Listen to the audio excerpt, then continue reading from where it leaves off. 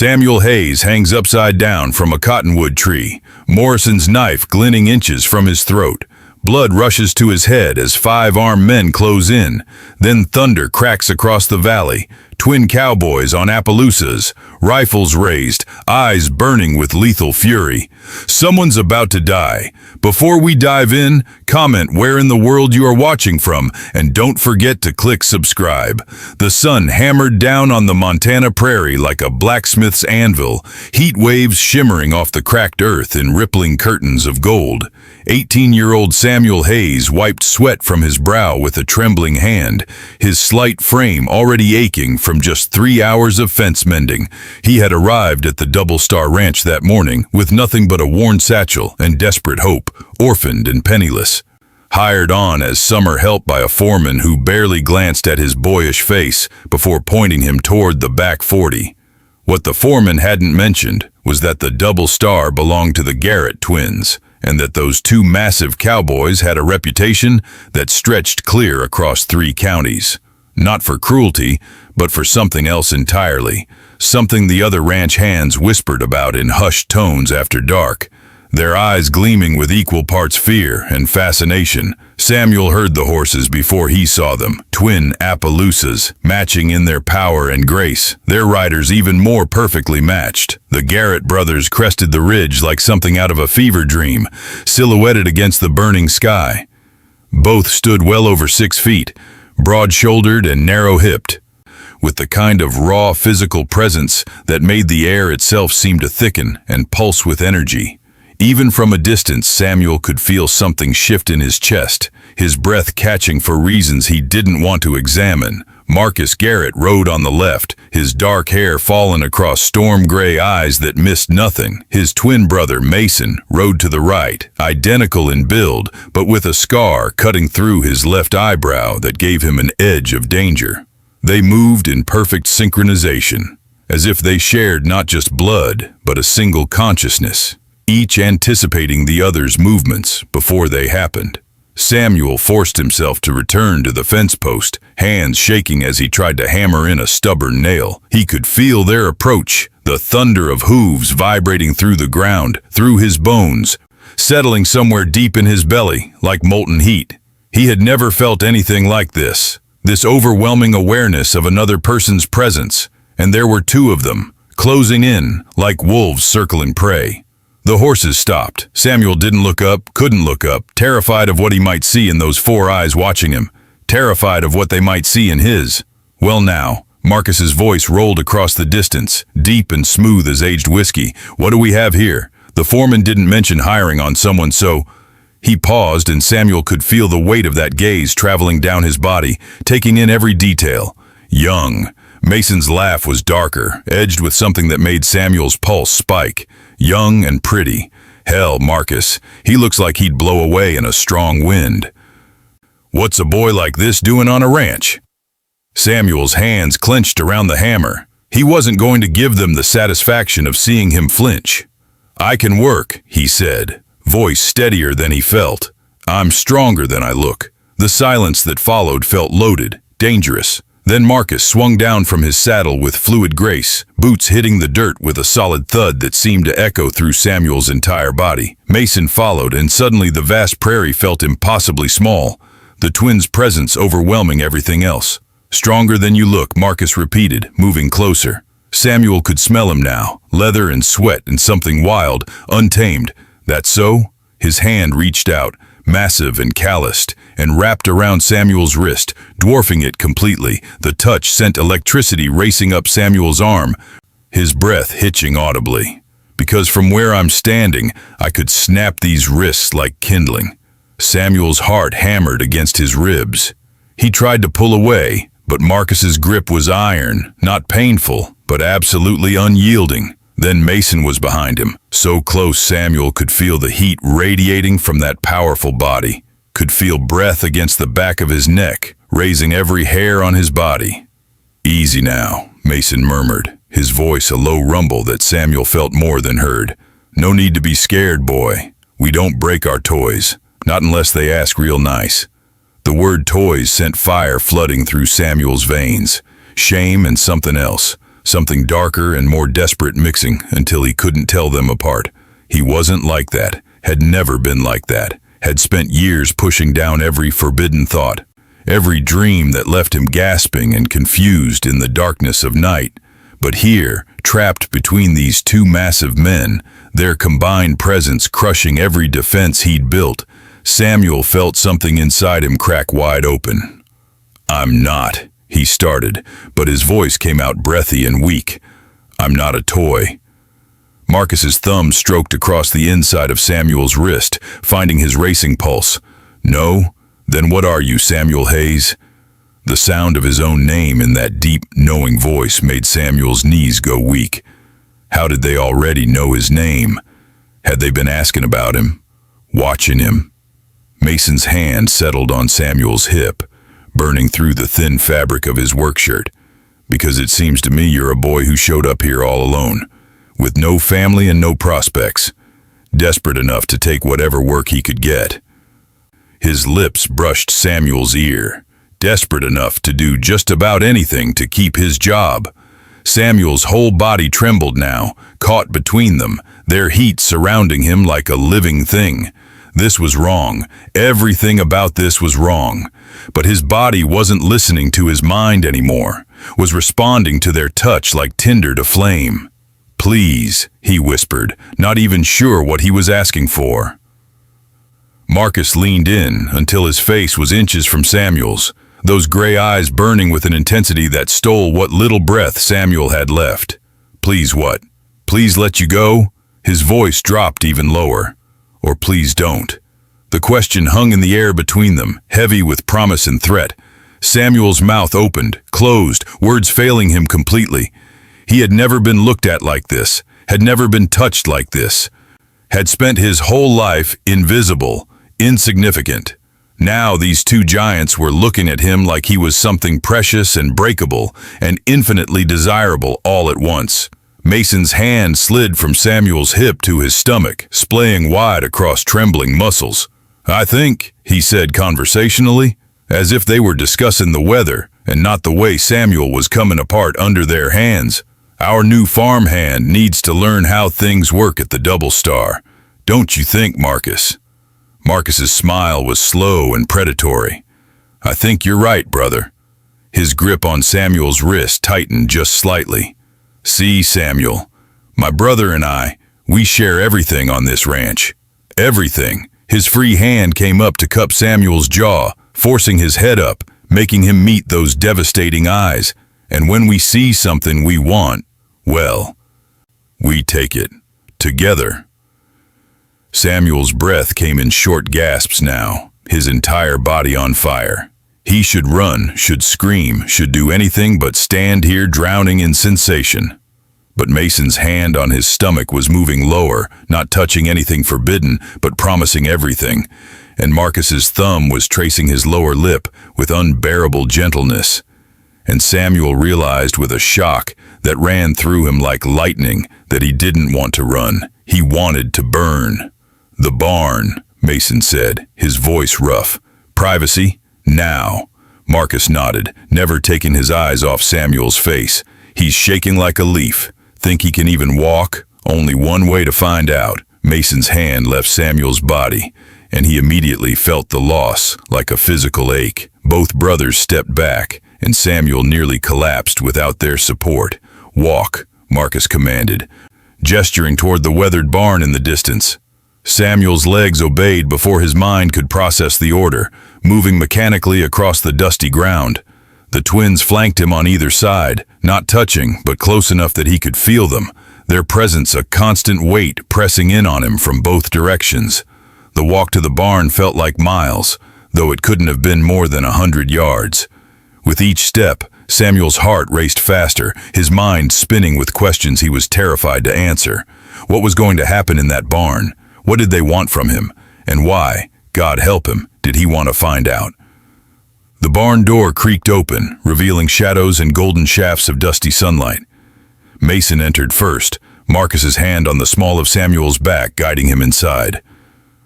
The door swung shut behind them with a sound of finality that made Samuel's stomach flip. Inside, the barn smelled of hay and leather and horses, familiar scents made strange by the charged atmosphere. A ladder led up to the hayloft, and Marcus nodded toward it. Up. Samuel climbed, his hands gripping the rough wood, acutely aware of the eyes on him, watching every movement. The loft was half filled with hay bales stacked against the walls, leaving an open space in the center. Sunlight streamed through gaps in the roof, painting everything in golden shadow. The twins emerged behind him, moving with that uncanny synchronization. They shrugged out of their shirts in one fluid motion, revealing bodies that made Samuel's breath stop entirely. Muscle layered over muscle, skin bronzed from years under the sun. Old scars and new scratches mapping lives lived hard and dangerous. They were identical and yet not, mirror images with subtle differences that Samuel's eyes devoured hungrily despite himself. "You're staring," Marcus observed, amused. "Like what you see?" Samuel tore his gaze away, face burning. "I didn't. I'm not. I've never." "Never." Mason moved closer until Samuel had to tilt his head back to meet his eyes. "Never been with a man. Never been with anyone." The silence was answer enough. Mason's expression shifted, something dark and possessive flickering across his features. "A virgin," he breathed.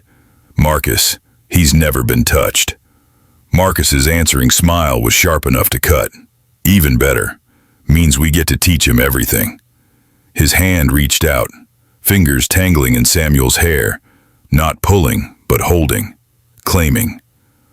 "And we're very thorough teachers."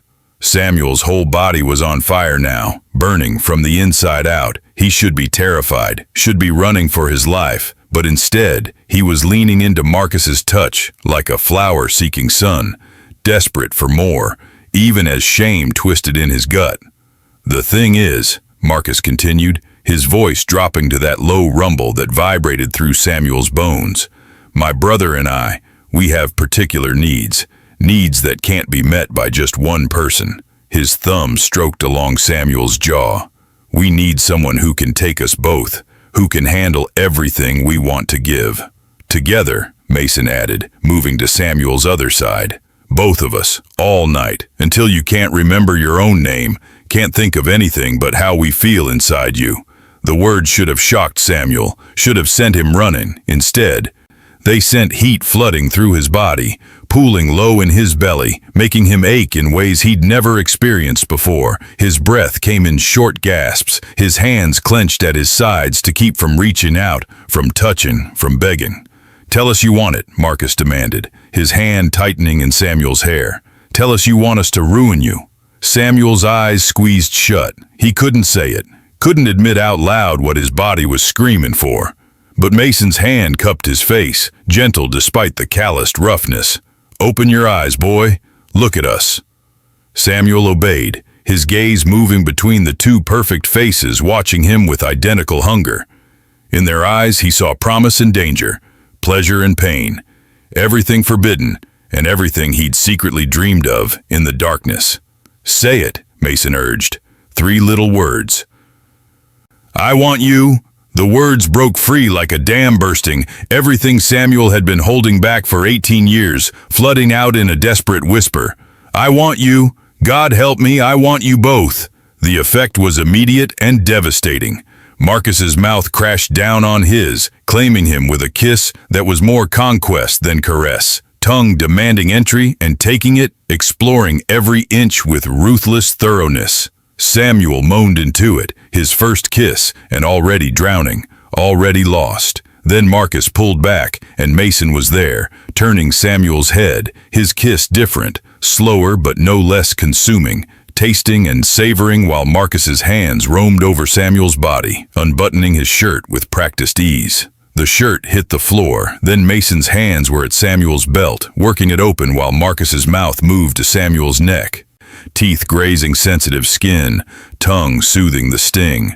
Samuel's head fell back, surrendering completely, his body theirs to do with as they pleased. So responsive, Marcus murmured against his throat. "So perfect. Going to make you feel things you've never imagined, boy.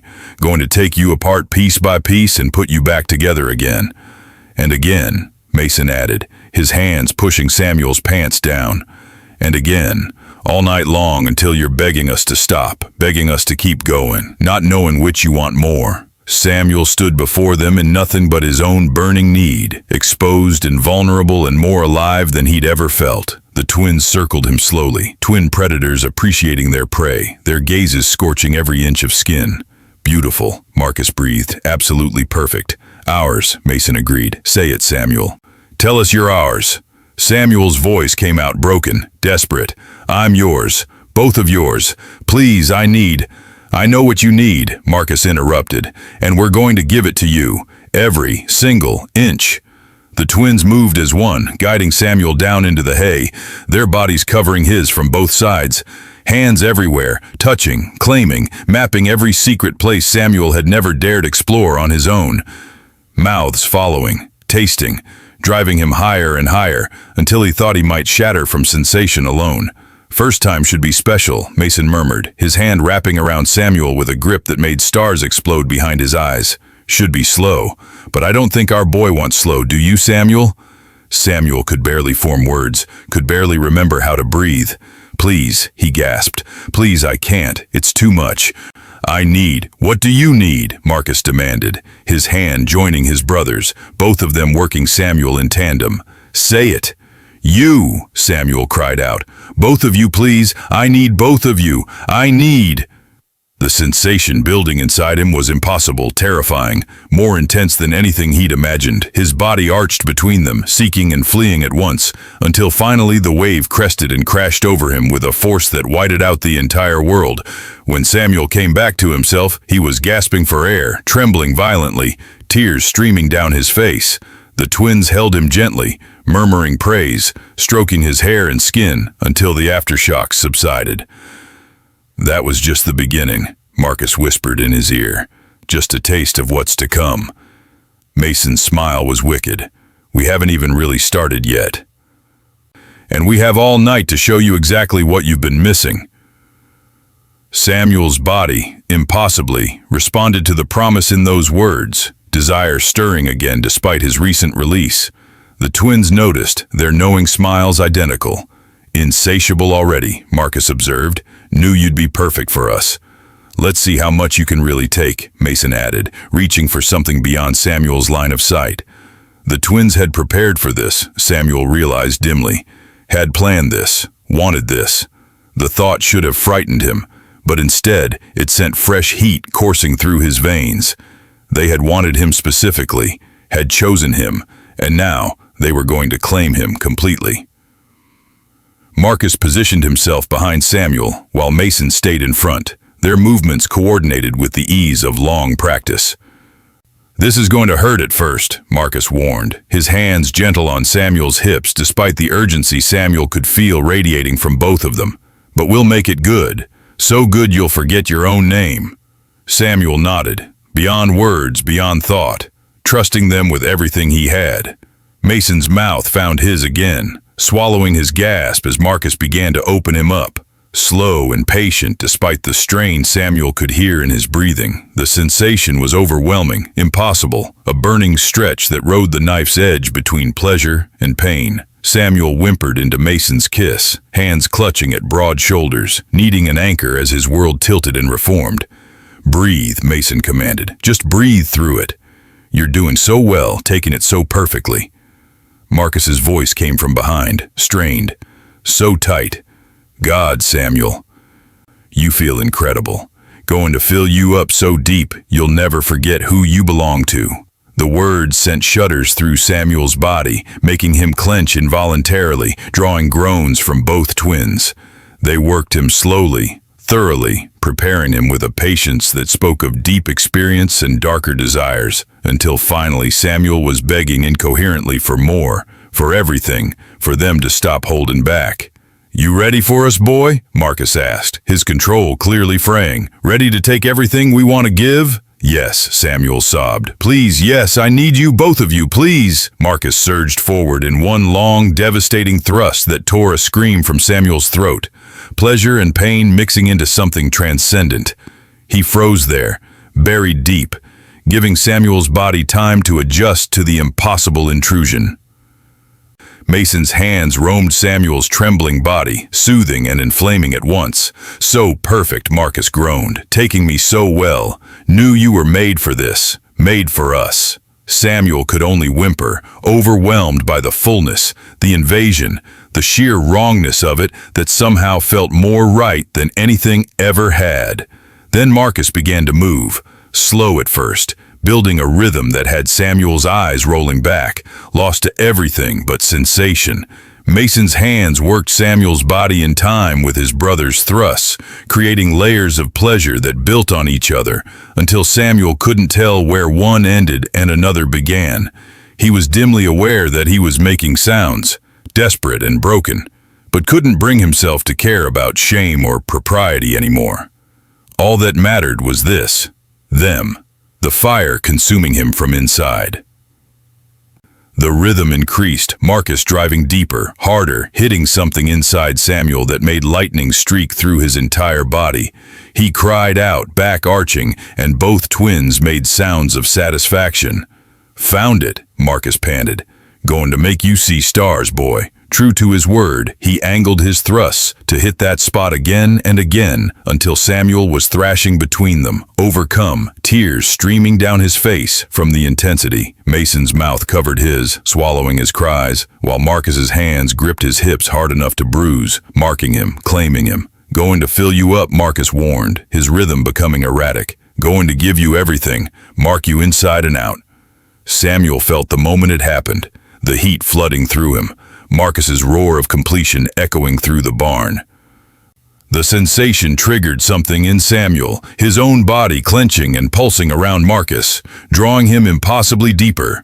They collapsed together in the hay, hearts racing, breathing ragged. Samuel thought it was over, thought he couldn't possibly take any more. But then Mason was there, turning him gently, those knowing eyes reading every flicker of exhaustion and renewed hunger in Samuel's face. "My turn," Mason said simply. Samuel's eyes widened. I can't possibly."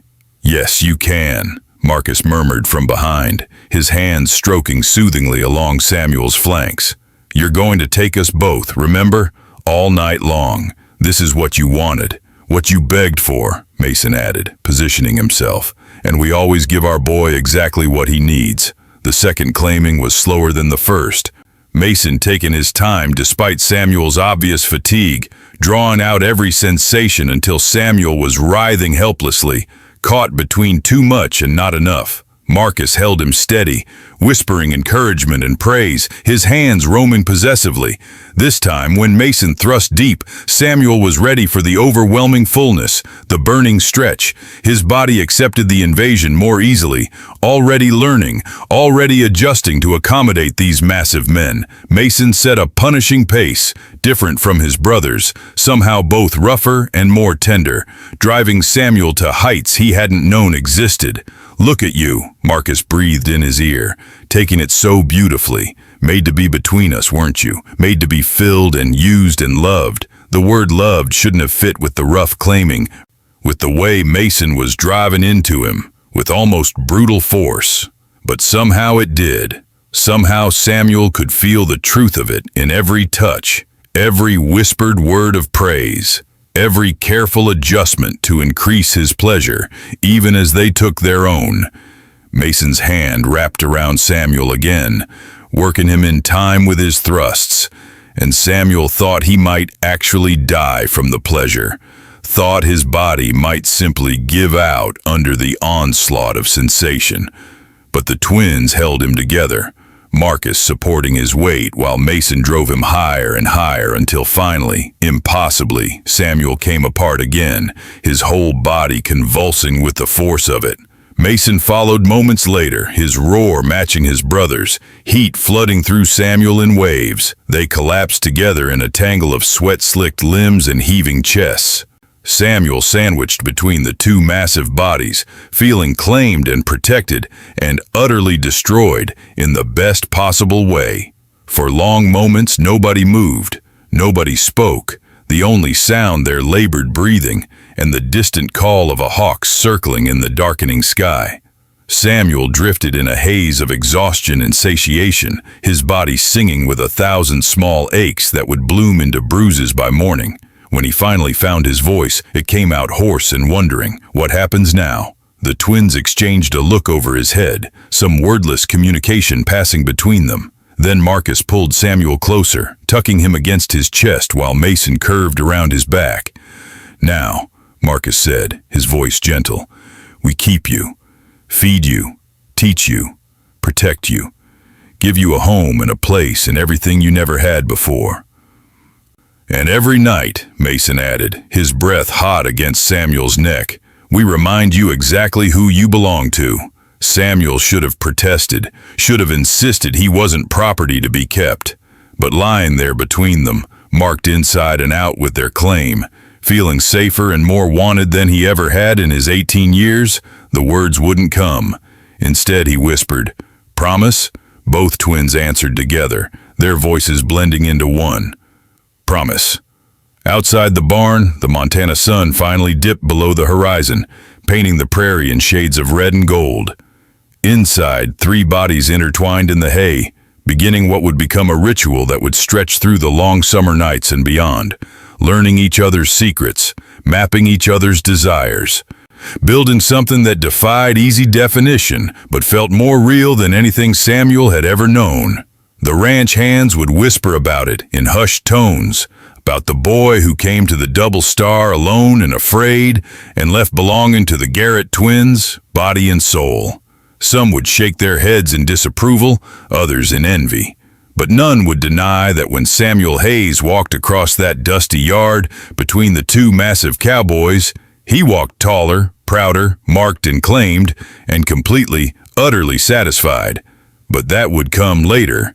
For now, in the fading light of his first day at the Double Star, Samuel Hayes surrendered to sleep between the 2 men who had ruined him for anyone else.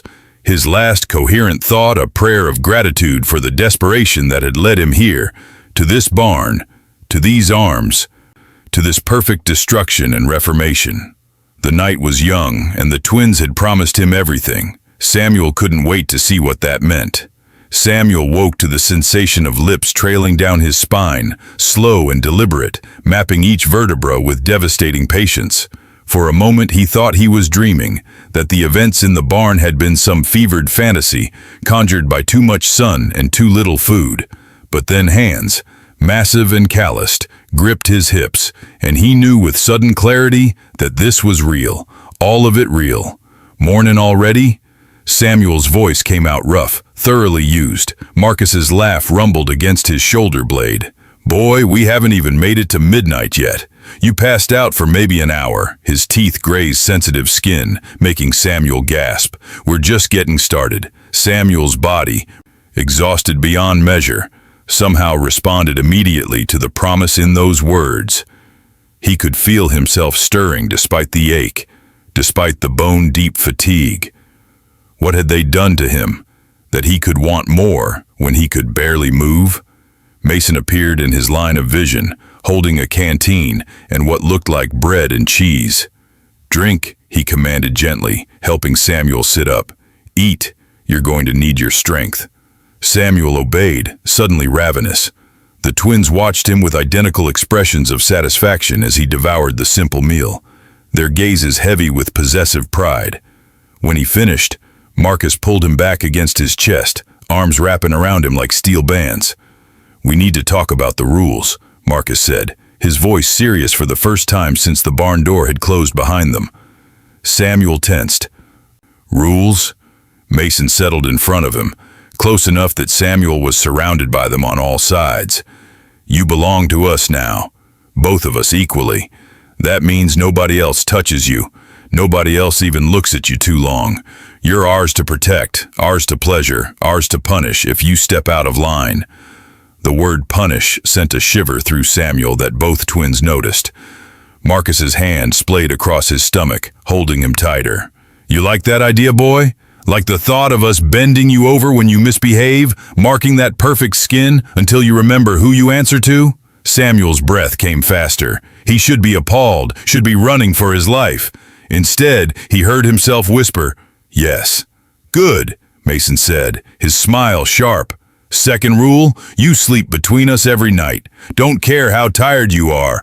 Don't care what work needs doing at dawn. You're in our bed, where you belong." "Third rule," Marcus continued, his hand drifting lower, making Samuel squirm. "You don't hide from us. We want to know every thought, every fear, every desire. You're ours to know completely, inside and out." "And fourth," Mason's voice dropped dangerously low, "you tell us when you need us. Don't suffer in silence. Don't pretend you can go without. We can smell it on you when you're aching for us, boy, and making us wait just means we'll take you harder when we finally get our hands on you." Samuel's mind reeled. These weren't rules. They were ownership, complete and total. Every instinct screamed at him to refuse, to run, to preserve some scrap of independence. But his body, his treacherous body, was already melting into Marcus's hold, already leaning toward Mason's heat, craving their dominance like air. "Do you understand?" Marcus asked, his lips against Samuel's ear. "I understand," Samuel breathed. "Say it properly," Mason demanded. "Say, 'Yes, Marcus. Yes, Mason. I understand and I obey.'" The words should have stuck in Samuel's throat, should have choked him with their finality. Instead, they flowed out smooth as honey, sealing his fate. "Yes, Marcus. Yes, Mason. I understand and I obey." The effect was immediate. Both twins groaned, their control visibly fraying. "Good boy," Marcus praised, his hand finally touching Samuel where he needed it most. "Such a good, obedient boy. Going to reward you for that." Mason's hands joined his brother's, 4 hands on Samuel's body, learning him, claiming him, driving him to madness with coordinated precision. They had clearly done this before, shared someone between them, and their experience showed in every perfectly timed touch, every calculated pause that left Samuel gasping and begging. "Please," Samuel whimpered, beyond pride, beyond shame. "Please, I need. Please don't stop, please." "What do you need?" Mason asked, though his knowing smile said he understood perfectly. "Use your words, Samuel. Tell us exactly what you want." "You," Samuel sobbed. "Inside me, both of you, please. I need to feel you both. Need to be full, please." The twins exchanged one of their wordless communications. Then Marcus was shifting Samuel's position, arranging him exactly how they wanted him. "You asked so prettily," Marcus murmured. "How can we say no?" What happened next defied Samuel's limited imagination, defied the laws of physics and human endurance. The twins took him simultaneously, working together with terrifying skill to open him up, to make room for both of them despite the impossible stretch. Samuel screamed, overwhelmed, certain he would break, but they held him together with strong hands and stronger wills, pushing deeper until he thought he might die from the fullness alone. "Breathe," Mason commanded. "You can take it. You were made to take us both." "So full," Marcus added, his voice strained with the effort of control. "So perfect. Look at you, taking everything we give you, stretching so beautifully for us." Samuel couldn't speak, couldn't think, could only feel as they began to move, perfectly synchronized, creating friction and pressure that built into something cosmic, something that transcended mere physical pleasure into the realm of the spiritual. He was being destroyed and remade with every thrust, his identity dissolving until he wasn't Samuel Hayes anymore, wasn't an orphan or a farmhand, or even a person separate from them. He was theirs, completely and irrevocably theirs, existing only to be filled and used and worshipped by these two perfect men. The climax, when it came, wasn't just his own, but seemed to involve all three of them, their bodies and souls tangling into something unified and eternal. Samuel heard himself screaming, heard the twins roaring their completion, felt heat flooding him from both directions until he thought he might burst from it. They collapsed in a heap of tangled limbs and heaving chests, Samuel barely conscious, floating in a haze of endorphins and exhaustion. The twins held him gently, murmuring praise and reassurance as aftershocks racked his trembling body. "Love you," Marcus whispered against his temple, the words surprising in their tenderness. "Love you so much, perfect boy." "Ours forever," Mason added, his hand resting over Samuel's racing heart. never letting you go. Samuel should have questioned it, should have doubted such quick declarations. But lying there, split open and put back together by their hands, marked so deeply he would carry them inside him for days, he knew they meant every word.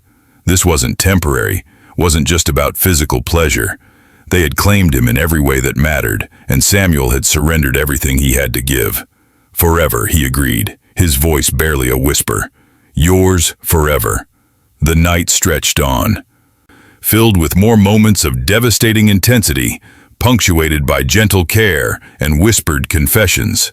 The twins taught Samuel things about his own body he had never imagined, showed him pleasures that bordered on pain, and pain that somehow transformed into pleasure.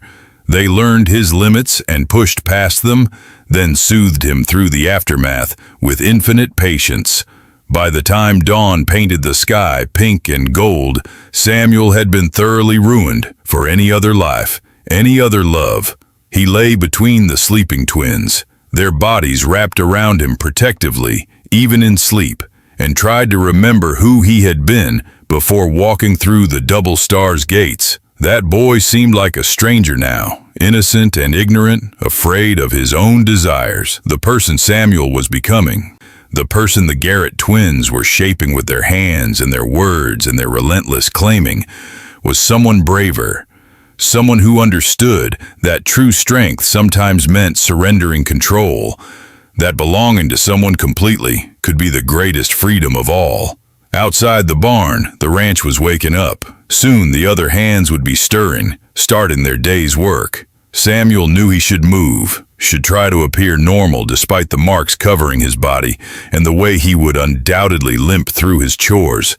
But Marcus's arm tightened around him, and Mason mumbled something possessive in his sleep. And Samuel decided the world could wait a little longer. He had found his home, his purpose, his place. He had found two men who looked at him like he was precious and powerful and perfect exactly as he was. He had found love in the last place he expected it, in the arms of twin cowboys who demanded everything and gave twice as much in return. And if the price of that love was surrendering his independence, his privacy, his very identity, Samuel was discovering he was more than willing to pay it, because what he got in return, the safety and passion and belonging, was worth any cost. The sun rose higher, golden light spilling through the barn's gaps, painting everything in shades of promise and new beginnings. Samuel Hayes closed his eyes and let sleep finally claim him, safe in the knowledge that when he woke, the twins would be there, ready to ruin him all over again. And he would welcome it with open arms and an open heart, surrendering to the only truth that mattered anymore. He belonged to them, body and soul, forever. Part 2. Samuel woke to voices, harsh and accusing, cutting through the gentle cocoon of warmth and safety he had been wrapped in. His eyes flew open, and he immediately tried to sit up, only to be stopped by the solid wall of Marcus's chest behind him, and Mason's arm thrown possessively across his waist. "Get up, Garrett," a voice barked from below the hayloft. "All three of you, now." Samuel's heart hammered against his ribs as recognition flooded through him. That was Hank Morrison, the ranch foreman, the man who had hired him just yesterday morning. Yesterday, when Samuel had been a different person entirely, before the twins had taken him apart and rebuilt him in their image. Marcus stirred first, his body going from relaxed to alert in an instant. Mason followed, both twins moving with the coordinated precision of men used to facing danger together. They didn't seem concerned, Samuel noticed with growing panic, didn't seem worried about being caught like this, naked and tangled together in the hay. "Stay here," Marcus murmured against Samuel's temple, his voice still rough with sleep. "Let us handle this." But Samuel couldn't stay hidden, couldn't let them face whatever wrath was coming alone. He pushed himself up despite the protests of his thoroughly used body, wincing at the aches that bloomed with every movement. The twins noticed, their expressions darkening with possessive satisfaction before they turned their attention to pulling on their discarded clothes. By the time they climbed down the ladder, Samuel following on shaking legs, Morrison was pacing like a caged animal, his weathered face twisted with disgust. Behind him stood three other ranch hands, their expressions ranging from shock to barely concealed hunger as they took in Samuel's appearance, the marks visible on every inch of exposed skin, the way he moved like something thoroughly broken in. "This, what you've been doing?" Morrison spat, gesturing at Samuel. "This is what I hire help for, so you two can use him like some kind of..." He struggled for words, searching for something vile enough. Samuel flinched, shame flooding through him, despite everything the twins had told him about pride and belonging. "Careful, Hank." Marcus's voice was dangerously soft. "Very careful how you finish that sentence." Morrison's face turned purple. "Don't you threaten me, boy. I don't care who owns this ranch. I'm the foreman here. And I won't stand for this kind of depravity under my watch." "Then quit," Mason said simply, his tone bored. "Walk off the property and don't come back, because Samuel stays, and what we do with him is none of your damn business." The air crackled with tension. Morrison's hand drifted toward the gun at his hip, and Samuel's breath caught in his throat. But the twins didn't move, didn't show even a flicker of concern, and after a long, tense moment, Morrison's hand fell away. "The town will hear about this," Morrison growled. "The whole county will know what kind of men run the Double Star, what kind of filth you traffic in." "Let them know," Marcus said, stepping forward until he was toe-to-toe with the older man. "Let the whole world know that we found someone worth keeping, worth protecting, and if anyone at all, tries to take him from us, they'll answer to both barrels of my shotgun." Morrison's eyes darted between the twins, seeing something there that made him step back. Without another word, he turned and stalked toward the barn door, the other hand scrambling to follow. But one of them, a lean young man with cruel eyes, lingered just long enough to look Samuel up and down with naked want before Marcus snarled and the man fled. When the barn door slammed shut, Samuel's legs finally gave out. He would have hit the ground if Mason hadn't caught him, pulling him against his chest with infinite gentleness. "You're shaking," Mason murmured. "It's all right, love. They're gone." "But they'll come back," Samuel whispered, his voice breaking. "Morrison will bring others. We'll tell everyone. We'll make sure the whole county knows what I am, what we did." "Good," Marcus said fiercely, kneeling in front of Samuel and cupping his face with both hands. "Let them know. Let everyone know that you're ours and we're yours. I'm tired of hiding, tired of pretending, tired of acting like what we feel is something shameful." Samuel's eyes filled with tears. "You don't understand. In the towns I came from, men like us, we disappeared. We were found beaten in alleys or hanging from trees, and nobody asked questions, nobody cared. I can't let that happen to you because of me." The twins exchanged one of their wordless looks, and Samuel saw something shift in their expressions, something protective and feral rising to the surface. "Then we fight," Mason said simply. "We protect what's ours. And if the whole county wants to make an issue of it, well," his smile was sharp as broken glass, "we've faced worse odds." Marcus pulled Samuel into his arms, and Mason wrapped around both of them, creating a fortress of muscle and warmth and unwavering determination. "Nothing and no one," Marcus vowed, his voice vibrating through Samuel's chest, "will ever take you from us. Not Morrison, not the town, not God himself. You're ours, Samuel Hayes, and we protect what belongs to us." Samuel wanted to believe them, wanted to trust that their strength and their love would be enough. But he had seen what happened to people like them, had watched communities tear apart anyone who dared to be different. And now, because he had been selfish, because he had surrendered to desire instead of walking away, he had painted a target on all three of their backs. The days that followed proved Samuel's fears weren't unfounded. Morrison made good on his threat, spreading word throughout the county about the depravity happening at the Double Star. Some ranch hands quit immediately, crossing themselves as they rode away. Others stayed but kept their distance, shooting dark looks at Samuel whenever he crossed their paths. The twins responded by becoming more openly affectionate, more blatantly possessive. They moved Samuel into the main house, into their bedroom, making it clear to everyone that he wasn't just a ranch hand anymore, but something infinitely more precious. They touched him constantly when others were watching. Marcus's hand on the small of his back, Mason's arm around his shoulders, both of them standing so close that Samuel was constantly surrounded by their presence. At first, Samuel tried to protest, tried to maintain some semblance of discretion, but the twins were relentless. And eventually, Samuel stopped fighting it, stopped caring what the remaining hands thought, because in the twins' arms, under their possessive gazes, he felt more valued and more protected than he ever had trying to hide in shadows. But protection could only go so far. 2 weeks after Morrison's discovery, Samuel rode into town alone to pick up supplies, insisting that the twins had more important work on the ranch. It was a mistake he would regret for the rest of his life. He was loading sacks of grain into the wagon when he felt them, eyes crawling over his skin like insects. He turned to find Morrison standing with 5 other men, all of them armed, all of them wearing expressions that made Samuel's blood run cold.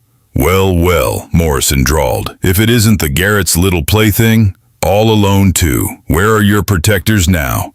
"Boy," Samuel's hand moved toward the revolver at his hip, but he was outnumbered, and he knew it. The smart thing would be to run, to get back to the ranch and the twins as fast as his horse could carry him. But pride, foolish pride, kept his feet planted. "I'm not afraid of you," Samuel said, proud that his voice didn't shake. Morrison's smile was ugly. "You should be. See, we've been talking. Me and the boys here, been deciding that this county doesn't need your kind, corrupt and good Christian folk.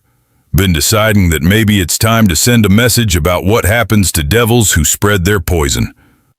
The men fanned out, circling Samuel like wolves. His hand finally closed around his gun, but before he could draw, something hard cracked against the back of his skull, and the world exploded into stars and darkness. When Samuel woke, he was hanging upside down from a tree branch, rope biting into his ankles, blood rushing to his head until his vision swam. Morrison stood below him, spinning a knife between his fingers, the other men watching with hungry anticipation. "Thought we'd make an example of you," Morrison said conversationally. "Let the Garretts know what happens when they flaunt their sin in God-fearing country. By the time we're done, they'll be picking up pieces of you for miles." Terror flooded through Samuel, but underneath it, fury burned hot and bright. "You touch me," he gasped out, "and they'll kill every last one of you. They'll burn this whole town to the ground." Morrison laughed. "They'll try, but we'll be ready. And when they come running to save you, well, that's when we'll finish all 3 of you. Clean this county up proper." The knife came closer. Close enough that Samuel could see his reflection in the blade. He closed his eyes, praying that death would be quick, that the twins would forgive him for being so foolish, for leaving them alone. Then the gunshot cracked through the air like thunder, and Morrison's knife went flying from his hand. Samuel's eyes snapped open to see the twins cresting the hill on their matching Appaloosas, rifles raised, faces transformed into masks of cold fury that made Morrison's men scatter like cockroaches. "Cut him down," Marcus's voice could have frozen hell itself. "Now. Or we start dropping bodies," Mason added, his rifle trained on Morrison's chest. "Your choice. You've got 3 seconds." Morrison fumbled with the rope, his hands shaking so badly he could barely work the knots. Samuel crashed to the ground hard enough to knock the wind from his lungs, but before he could even gasp for air, Marcus was there, scooping him up like he weighed nothing, cradling him against his chest, while Mason kept every gun trained on the men who had dared to touch what was theirs. "Anyone else want to try?" Mason asked, his voice deadly calm. "Anyone else think they can put hands on our boy and live to tell about it?" Silence answered him. Even Morrison seemed to understand he had crossed a line that couldn't be uncrossed. The twins had killed before, Samuel realized with sudden clarity, had taken lives to protect what mattered to them, and they would do it again without hesitation. Marcus carried Samuel to his horse, settling him in the saddle before mounting behind him, keeping him caged in protective arms. Mason backed his horse away slowly, rifle never wavering until they were out of range. Only then did he turn, and the three of them rode hard for the double star, leaving a very clear message in their wake. Touch Samuel Hayes again, and there would be blood. Back at the ranch, the twins were gentle as they tended Samuel's wounds, cleaning the cut on his head, wrapping ice and cloth for the swelling, checking every inch of him for damage. But underneath the tenderness, Samuel could feel their rage simmering, could see it in the tightness of Marcus's jaw and the white-knuckle grip of Mason's hands. "We're leaving," Marcus said finally. "Tonight. We'll pack what we can carry and ride for California. Start over somewhere nobody knows us." Samuel's heart clenched.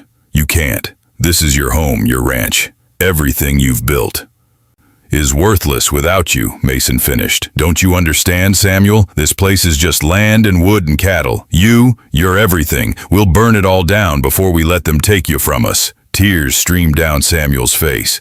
"But they'll follow us. Morrison won't stop, won't let this go. We'll be running forever." "Then we run forever," Marcus said simply, pulling Samuel into his arms. "As long as we're together, nothing else matters." But Samuel couldn't let them sacrifice everything for him. Couldn't let them become fugitives because he had been foolish enough to get caught. There had to be another way. Had to be something they could do that didn't involve abandoning everything the twins had worked for. The answer came from an unexpected source. The next morning, a rider approached carrying a letter sealed with an official stamp. The twins read it together, their expressions shifting from suspicion to surprise to something that looked almost like hope. "It's from Judge Whitmore in Helena," Marcus said slowly. "Says he received reports about harassment and violence at the Double Star. Says he's sending federal marshals to investigate Morrison and his men for assault and attempted murder." Samuel's eyes widened. "But how would he know? We didn't report anything." Mason's smile was slow and dangerous. "Someone did. Someone who saw what happened in town and had the guts to tell the truth. The marshals arrived 3 days later, grim-faced men with federal authority that superseded any local loyalties. They arrested Morrison and 2 of his accomplices, hauling them away in chains while the rest of the county watched in stunned silence. Judge Whitmore himself rode out to the Double Star, a steel-haired man with eyes that had seen too much to be shocked by anything. He sat across from the twins and Samuel in the main house, accepting coffee with a nod of thanks. "I'll be blunt," he said. "I don't care who you share your bed with. I care about justice and the law, and what Morrison did was attempted murder, plain and simple." His gaze moved to Samuel, taking in the still healing bruises. "You're the victim here, son, not the criminal." Samuel's throat closed up. In his experience, authority figures weren't on the side of people like him. But Judge Whitmore's eyes held only professional concern and perhaps the slightest hint of sympathy. "Montana territory is changing," the judge continued. "We're not like the old states, stuck in their backwards ways. Out here, we need every able-bodied soul we can get, and we can't afford to lose good people just because some fools can't mind their own business." He stood, adjusting his coat.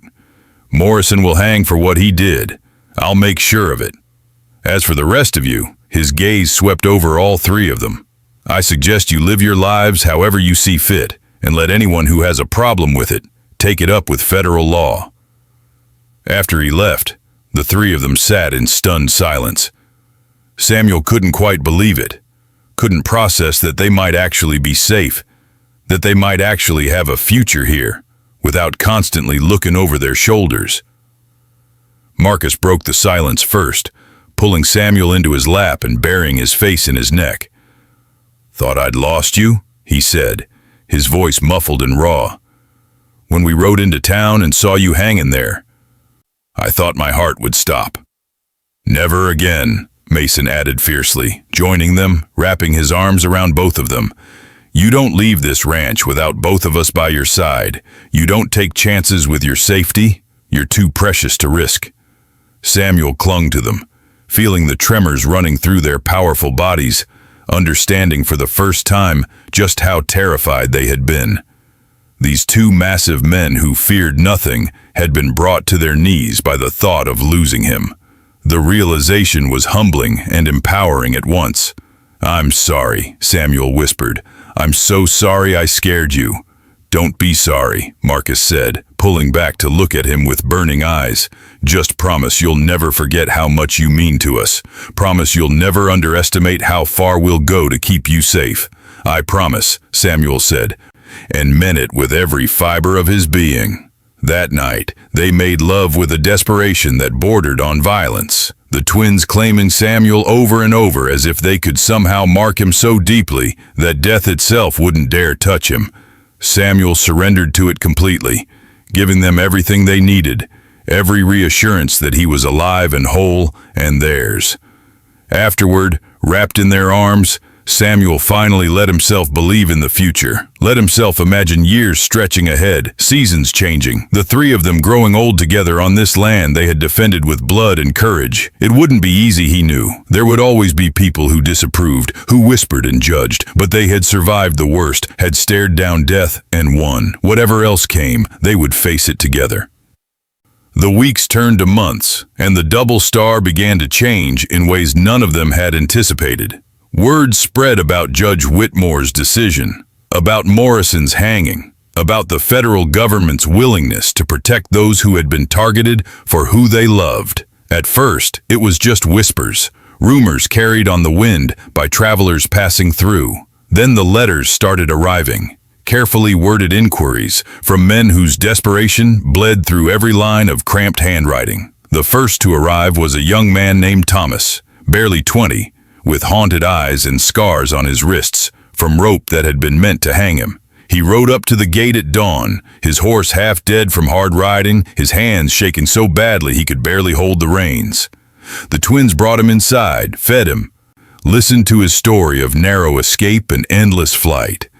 By sunset, Thomas was asleep in the bunkhouse, and Samuel understood that something fundamental had shifted.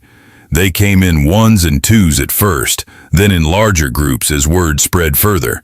Each brought their own story of persecution and survival, of families that had cast them out, of towns that had driven them away with stones and threats and violence. Some were ranch hands like Samuel, others were merchants or teachers or soldiers, united only by the love they had been told was unnatural and the courage it took to seek sanctuary. The twins welcomed them all, but it was Samuel who became the heart of the growing community. He understood their fear because he had lived it, understood their shame because he had carried it, and he understood, more than anyone, what it meant to be seen and accepted completely. He worked alongside the new arrivals, sharing meals and stories, slowly building trust and fellowship. Marcus and Mason watched their boy bloom into a leader with fierce pride. Samuel still belonged to them completely in the privacy of their bedroom, still surrendered to their touch with the same desperate need. But during the day, he was becoming something more, someone the others looked to for guidance and reassurance. The twins supported it completely, understanding that their love for Samuel was strong enough to encompass his growth into his own power. But growth brought complications. Not everyone who arrived was ready to build something new. Some brought their anger with them, their bitterness at the world that had rejected them. Others struggled to trust, to believe that the sanctuary the double star offered was real and permanent. One man in particular, a scarred veteran named Cole, seemed determined to test every boundary. He challenged Samuel openly, questioned the twins' authority, stirred dissent among the newer arrivals. Marcus wanted to throw him off the property immediately, but Samuel argued for patience, seeing in Cole's anger a reflection of his own early fear. The confrontation came to a head one evening in the bunkhouse. Cole stood in front of a dozen men, his voice carrying across the wooden space. "We're building something here," he said, his eyes glittering with dangerous intensity. "But are we building it right? These twins, they own everything, control everything. They took Samuel and made him theirs, claimed him like property.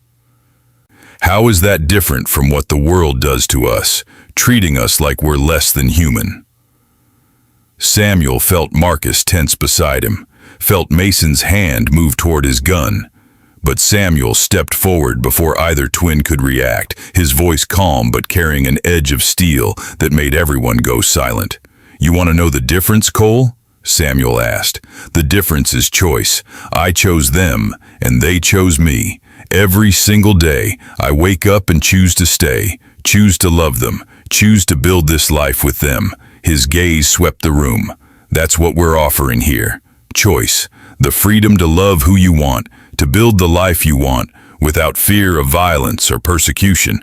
But freedom means respecting everyone's choices, not just your own." Cole's jaw clenched. "And if someone chooses wrong, chooses someone who hurts them, who controls them, then we help them make a different choice," Samuel replied. "We support them, we give them options, we make sure they know they're not alone." His voice softened slightly. "I know you're angry, Cole. I know you've been hurt, have seen terrible things. But that anger will destroy you if you let it. Will poison everything you touch. You have to choose whether you want to keep fighting ghosts or start building something real." The silence that followed was absolute. Then slowly, Cole's shoulders sagged, the fight draining out of him. "I don't know how," he admitted, his voice breaking. "I don't know how to stop being angry, how to trust again." Samuel moved closer, placing a hand on Cole's shoulder. "You learn," he said gently.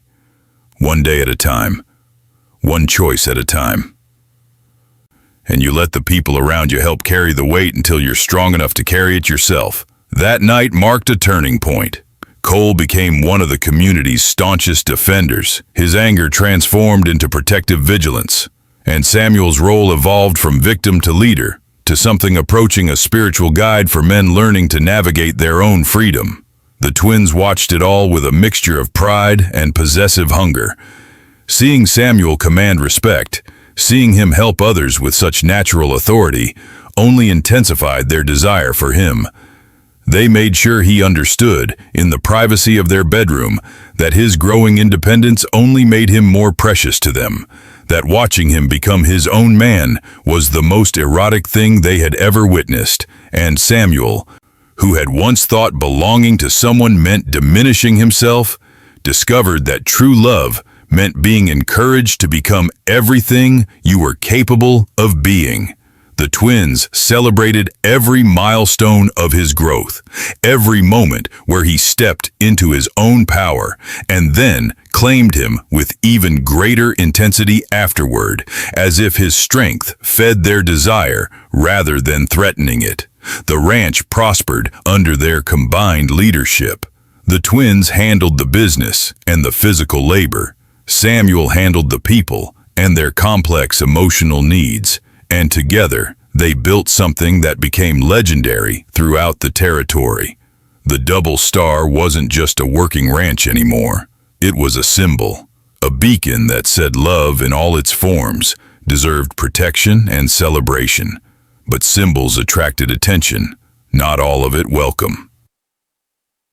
6 months after Morrison's hanging, a group of wealthy ranchers from 3 counties away rode up to the Double Star's gates, their expensive horses and tailored clothes marking them as men of significant influence.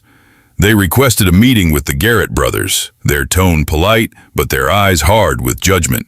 The twins met them in the main house, Samuel standing between them in a show of unified strength. The leader of the group, a silver-haired man named Blackwood, came straight to the point. "We've heard what you're building here," he said. "We've heard you're taking in perverts and deviants, giving them sanctuary." His lip curled with distaste. "We're here to make you an offer. Dismantle this operation, send these men away, and we'll triple the price of your land. You can move somewhere else. Start fresh without this stain on your reputation." Marcus's smile was cold as winter. "And if we refuse?" Blackwood's expression hardened. "Then we'll make sure every legitimate rancher in Montana Territory refuses to do business with you. We'll cut off your supply lines, undercut your prices, drive you into bankruptcy. One way or another, this abomination ends." Samuel felt his heart sink, fear clawing at his throat. These were powerful men, men with resources and connections the double star couldn't match. They could make good on their threats, could destroy everything the community had built. But before Samuel could speak, Mason laughed, the sound sharp and dangerous. "You think we're afraid of you?" Mason asked. "You think we built this place to make money?" His hand found Samuel's, squeezing tight. "We built it because it needed to exist. Because men were dying out there for being who they are. Because love deserves a place to grow without fear. And no amount of money, no threat of bankruptcy will make us abandon that." Blackwood's face turned purple. "You're fools, all of you. You'll be ruined. We'll die penniless and alone in some God-forsaken corner of nowhere." "Maybe," Marcus said calmly, "but we'll die knowing we stood for something that mattered, knowing we protected people when the rest of the world wanted them dead. Can you say the same?" The meeting ended with threats on both sides, and as the ranchers rode away, Samuel turned to the twins with tears in his eyes. "They could destroy us," he whispered. "Everything we've built, everyone depending on us." The twins pulled him close, surrounding him with their strength.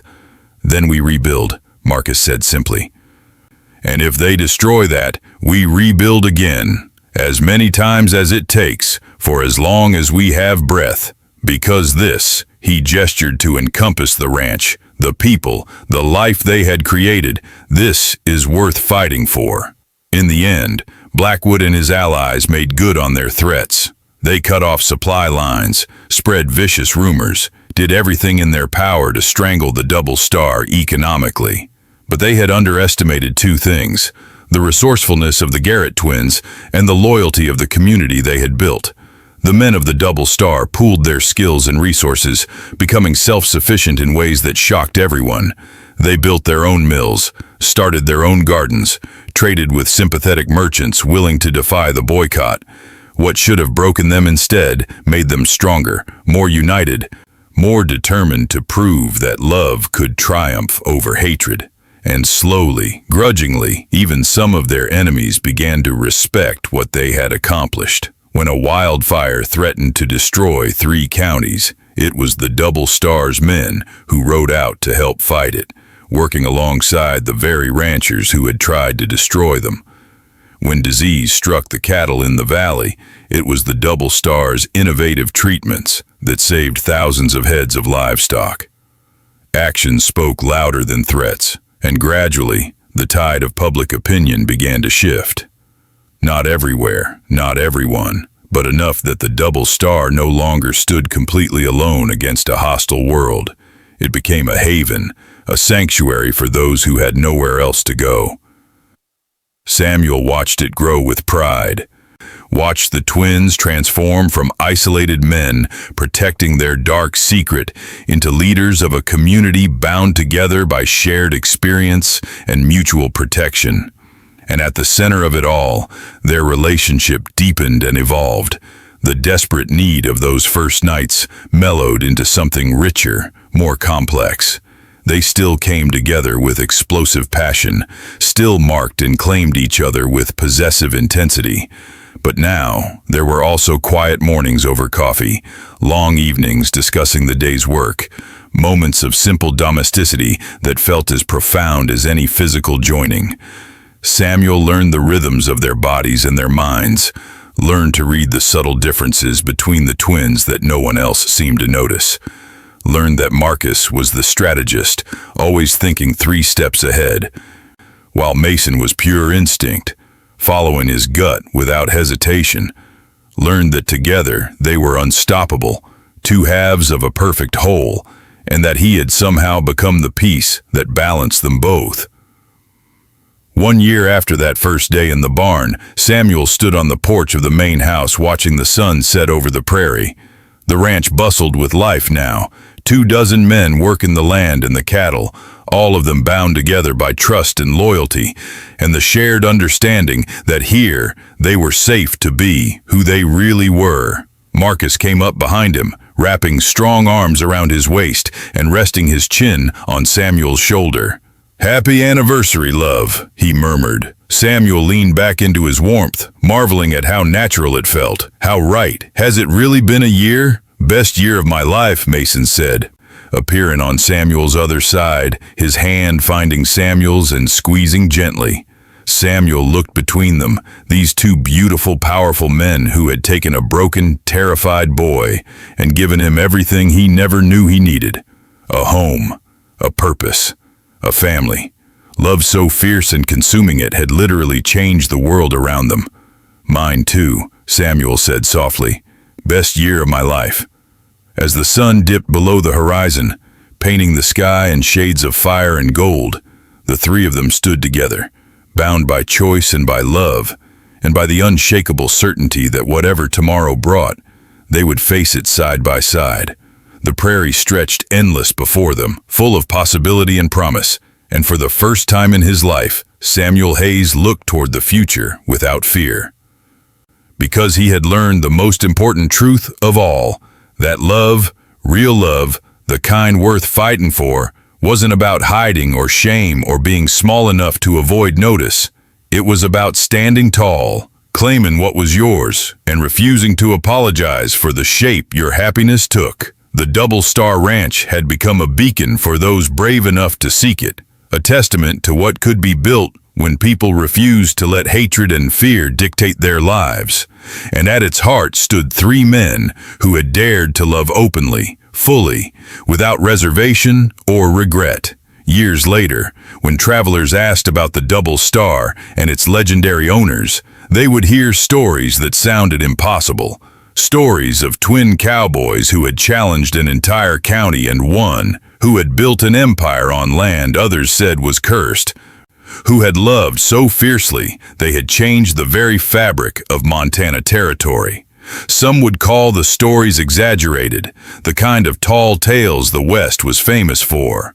But those who made the journey, who rode through the Double Star's gates and saw the thriving community within, knew the truth. Love, the kind that refused to hide or diminish itself, had the power to transform not just individuals, but entire worlds. And three men, brought together by fate and desperation and courage, had proven it beyond any doubt. Samuel Hayes, the orphaned farmhand who had arrived with nothing but a worn satchel and desperate hope, had become Samuel Garrett in all but legal name. The twins had given him their brand, their protection, their hearts, and he had given them something equally precious in return.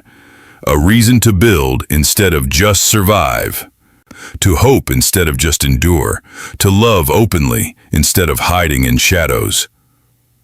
On quiet evenings, when the work was done and the three of them sat on the porch watching stars emerge in the darkening sky, Samuel sometimes thought back to that first day, to the moment he had seen the twins riding toward him like something out of a dream.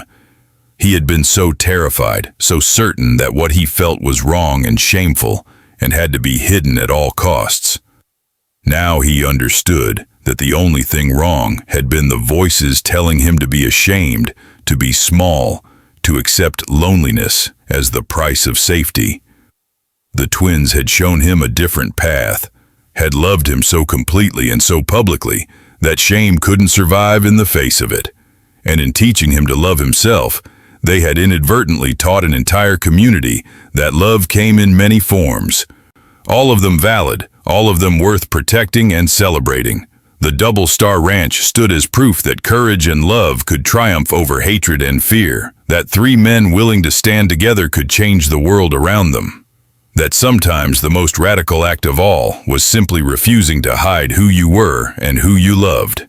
As Marcus pulled Samuel closer and Mason's hand found his, Samuel closed his eyes and let himself simply exist in this moment of perfect peace.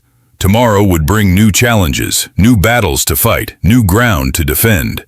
But tonight, surrounded by the two men who had saved him and been saved by him in return, Samuel Hayes was exactly where he belonged. Home, whole, loved beyond measure, forever. Thank you for journeying through this story with me. If it touched your heart, if it reminded you that love comes in many forms and all of them are beautiful, then I've done what I set out to do.